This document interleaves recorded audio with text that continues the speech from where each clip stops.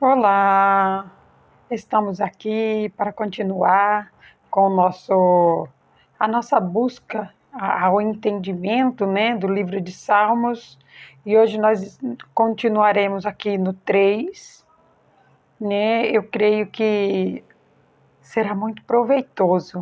Eu creio que o Espírito Santo ele irá nos dar grandes revelações através destas leituras a qual nós iremos fazer. Pai, em nome de Jesus, pedimos ao Senhor, abre os nossos olhos, pois precisamos ver o espiritual.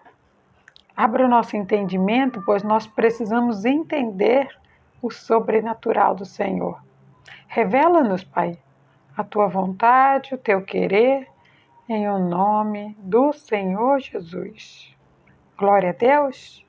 Aí nós vamos iniciar aqui no 3, no Salmo 3 ele diz assim, o título, ele fala assim, Davi confia em Deus na sua adversidade. Podemos entender que aqui nós temos um homem de fé. Um homem que na sua adversidade, ele confia naquele que verdadeiramente pode lhe dar o escape no momento necessário. Aí mais abaixo fala assim, Salmo de Davi, quando fugiu de diante da face de Absalão, seu filho. Entenda que aqui ainda, né, na parte final do título, fala que Davi, ele fugiu de Absalão. E Absalão, ele era o filho de Davi. Nós vamos fazer a leitura, mas aqui, quando eu olho para esse homem, eu vejo um homem de Deus, um homem de fé. Um homem que rasga o coração na presença de Deus, o homem que, segundo as palavras de Paulo, né, está propício às paixões da carne. Né? Eu me lembro que Paulo ele fala que ele é um homem, como todos os homens, e que também é sujeito a todos os prazeres da carne, a todas as concupiscências da carne, né? Ou seja, ele, embora seja um homem de Deus, né? Aqui falando de Davi, mas aí eu digo para você que eu vejo Davi como Paulo se descreveu, como um homem sujeito às mesmas paixões mundanas, um homem que não é diferente, vamos dizer, em termos humanos, né? Da maneira humana, humanamente dizendo, né? Paulo ele dizia que ele não era um espírito, vamos colocar nas minhas palavras, mas que ele era um homem, né? E que tudo aquilo que ele fazia, as curas, né? Tudo aquilo que ele fazia é uma obediência à ordem que o Senhor Deus deu para ele de dizer, quando Deus diz para ele, ide por todo mundo, pregai o evangelho, curai os enfermos, expulsar os demônios. Ele entendia que aquilo era algo que ele recebeu de Deus, né? Aquilo não tornava ele diferente, no sentido de não ser mais um homem, mas sim ser um servo de Deus, né? Então ele quis dizer que não havia diferença entre ele e homem algum. Então eu percebo aqui que Davi também, ele era um homem também sujeito às mesmas coisas. A gente sabe, né, o quantas foram as falhas e os erros a qual ele cometeu, mas perceba que eu acredito que não há nenhuma que ficou sem falar, sem ele dizer, sem ele confessar. Por quê? Eu acredito que quando a gente mostra, né, algum ponto onde nós erramos, nós estamos mostrando para o outro para que ele não cometa o mesmo erro, né? Porque quando nós erramos e mostramos onde nós erramos, eu tenho essa visão de que quando eu mostro onde eu errei, eu quero que aquela pessoa, a qual está querendo o mesmo objetivo que eu quero que aquela pessoa não cometa o mesmo erro. Se for para ela errar, que ela cometa um erro diferente. Em que sentido que eu estou dizendo isso? no sentido de alertar, de abrir os olhos. Olha, se você fazer desse jeito, desse jeito, não vai dar certo. Eu fiz também, não deu certo dessa maneira. Então analise. Perceba se você consegue mudar um pouco o curso para que você não cometa o mesmo erro que eu. Então eu creio que quando Deus ele coloca no coração de Davi, para ele contar as dificuldades a qual ele teve, né, a partir do momento que ele estava lá cuidando, né, dos afazeres a qual o pai dele mandava ele fazer, de quando ele estava lá reinando, todas as dificuldades, tudo aquilo que veio para fazer com que ele desfocasse do alvo dele, ele faz questão de mostrar para mim e para você, para que eu e você não cometamos o mesmo erro a qual ele cometeu. Aí aqui ele fala que ele fugiu da face do seu filho. O filho dele perseguiu ele. Então entenda que ele fugiu, mas aqui no decorrer do texto nós vamos ver que ele não teve medo de 10 milhares, né? 10 milhares de pessoas contra ele, ele não temeu. Ele não fugiu. Mas exatamente do seu filho, ele fugiu. Nós vamos fazer a leitura porque nós vamos compreender melhor isso. Aí ele diz assim: Senhor, como se tem multiplicado os meus adversários. São muitos os que se levantam contra mim. Muitos dizem da minha alma, não há salvação para ele em Deus. Perceba que aqui ele já inicia dizendo que as adversidades dele cresceram muito, se multiplicaram muito. Percebemos que essas adversidades elas se iniciaram dentro de casa. Ali ele está num momento de aflição, mas a gente consegue já entender que essas aflições elas se levantaram dentro de casa. E ele diz muito, Senhor, mas tu, Senhor, és o escudo para mim, a minha glória e o exaltar a minha cabeça. Então entenda que ele diz que a glória, né, que ele quer naquele momento é exaltar, ou seja, levantar a cabeça dele. Porque se ele está pedindo para levantar a cabeça é porque ele está de cabeça baixa. Porque ele está entristecido, né? Algo aconteceu ali, a qual ele está clamando ao Senhor para que ele seja glorificado no sentido de levantar a cabeça, erguer a autoestima dele para continuar. Aí ele diz mais: com a minha voz clamei ao Senhor, ele ouviu-me desde o seu santo monte. Eu me deitei e dormi. Acordei porque o Senhor me sustentou. Entenda que por mais que a luta dele estava sendo difícil, por mais que as tribulações dele tenham se multiplicado, por mais que essas tribulações e essas dificuldades tivessem ocorrido dentro da sua própria casa, ainda assim ele conseguia deitar e ele conseguia dormir. E quando ele acordava, ele conseguia agradecer a Deus, reconhecer que ele só conseguiu deitar e dormir porque Deus o sustenta, porque Deus o sustentou. Entenda que assim é o homem e a mulher que Deus quer ver em mim e em você.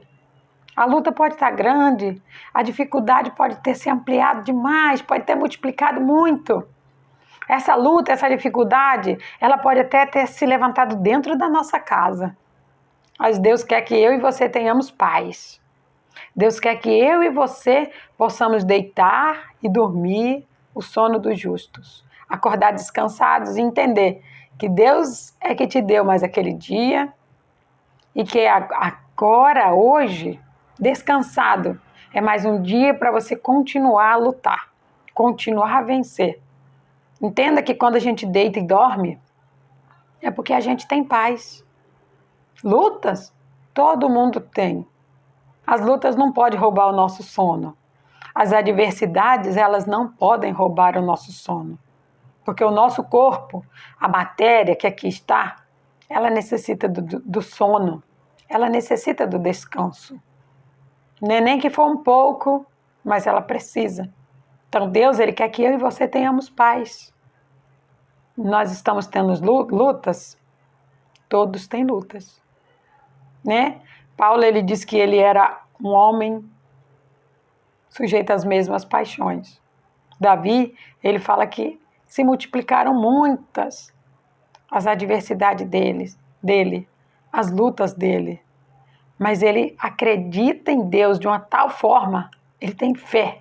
Ele confia que Deus ele vai resolver todos os problemas que ele tem, que ele consegue deitar e dormir, porque ele tem paz.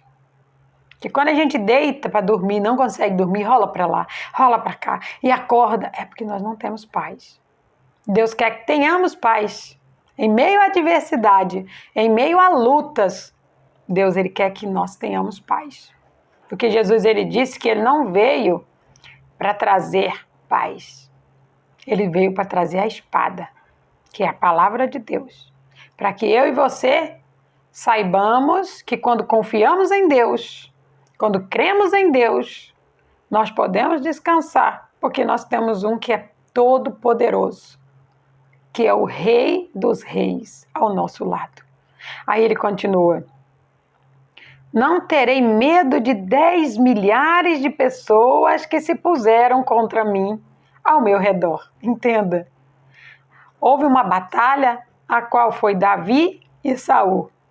Até as mulheres fizeram um cântico, né? Que elas dizem: Davi matou 10 milhares, né? Fala que Saul matou milhares, Davi matou 10 milhares e Saul matou milhares, ou seja, Davi matou muito mais.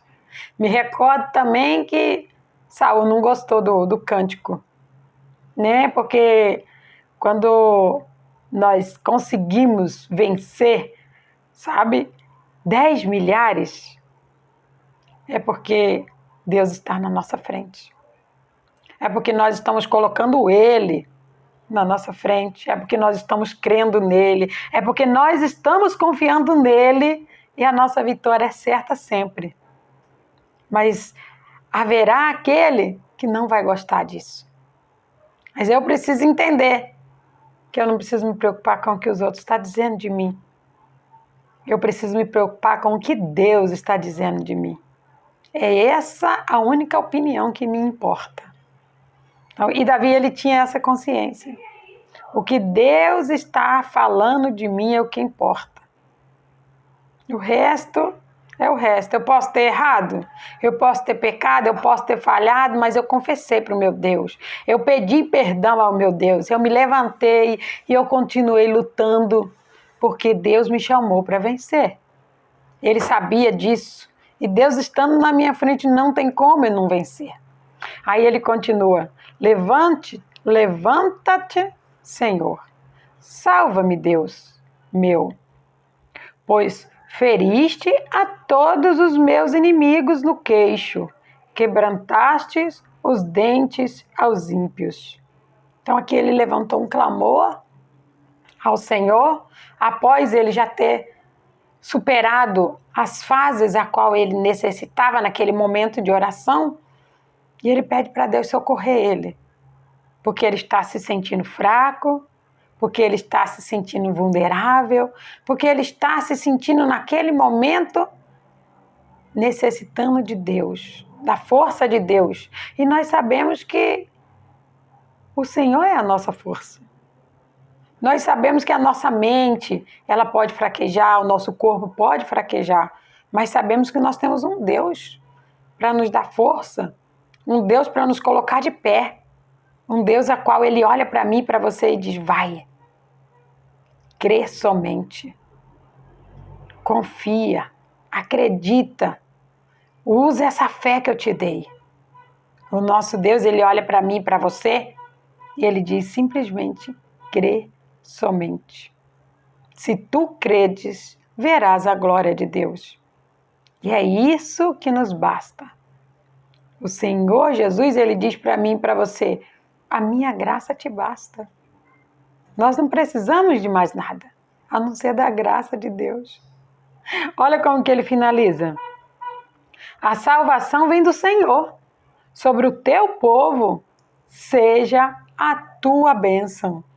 Entenda? Em nenhum desse momento aqui que nós lemos, na parte 3, nenhum desses momentos ele pede nada para Deus. Em nenhum desses momentos ele simplesmente clama e ele diz que Deus ele feriu todos os inimigos dele no queixo. Entenda que ele coloca que se ele já feriu agora esse inimigo que está se levantando na casa dele, que está vindo com fúria contra ele, ele crê que simplesmente esse inimigo ele já caiu por terra. Né? A gente sabe que o tempo de Deus não é igual ao nosso. Então nós só precisamos crer e confiar. Aí ele só confessa, a salvação vem do Senhor. O socorro vem do Senhor também. Então ele diz, sobre o teu povo seja a tua bênção. Entenda que ainda que ele estivesse precisando de força, ainda que ele se sentiu desfalecido, ainda assim ele pede para Deus, para que a bênção de Deus desça sobre o povo, não sobre ele.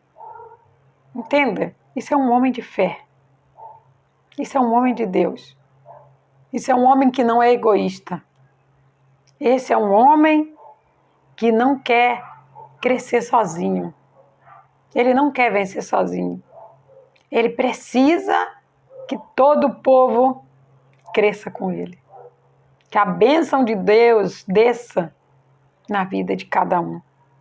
É por isso que eu entendo que Deus está sempre à procura de pessoas como Davi. Deus ele está à procura de pessoas com um coração quebrantado, com um coração verdadeiro, com um coração confiante como o coração de Davi. E que Deus possa achar em mim e em você este coração. Porque se Deus achar em mim e em você este coração, eu e você também faremos história assim como Davi fez. Eu e você temos um livro ao qual Deus está escrevendo a nossa história. Davi, ele já foi para a glória, ele já fez o que tinha que fazer. Eu e você estamos aqui. Precisamos escrever a nossa, precisamos ter ações para que Deus escreva o nosso livro. E ele será publicado. E todos irão ler quando Cristo nos chamar. Quando Cristo nos levar, todos irão ler.